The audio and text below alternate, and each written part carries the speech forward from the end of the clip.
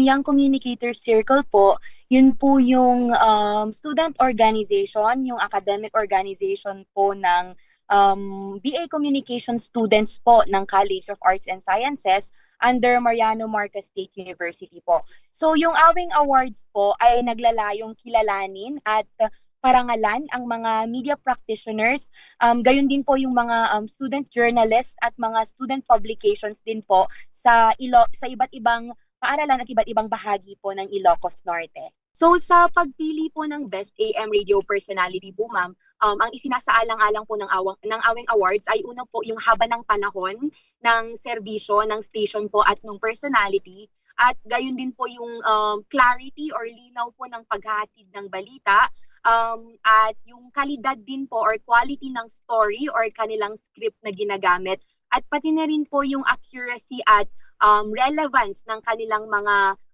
entry or mga programa po. Samantalang para naman po sa Best AM radio station po, Best AM local radio station, ibinatay po ng Awing Awards ang pagpili sa kabuuang kalidad or quality po ng kanilang mga entries. So, may mga tatlong iba't ibang entry po na ni-require ng Awing Awards.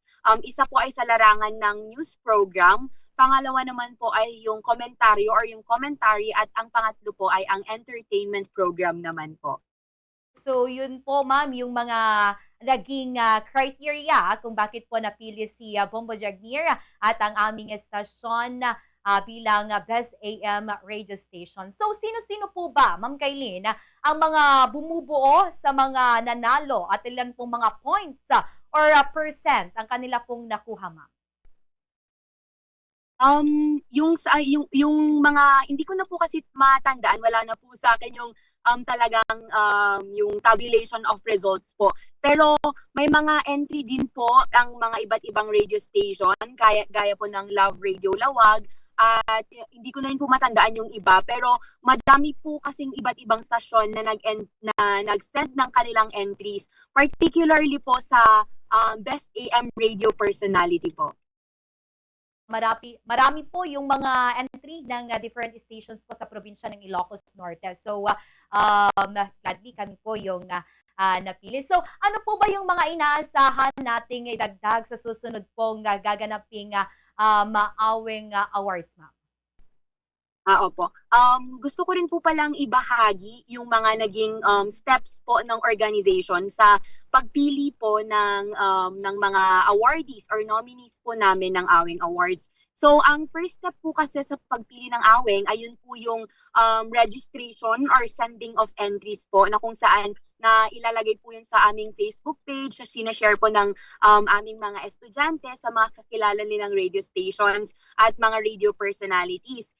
Tapos po, ang pangalawang step na po yun is ikukumpuni or we summarize po yung mga entries ng Awing Awards. Tapos may mga iba't ibang departamento po na nag-serve as panel or jury po ng mga entries ng Awing Awards. So meron pong representative para po sa mga communication faculty department, gayon din po ang mga sociological department po, sa sociology department, meron din po silang representative doon.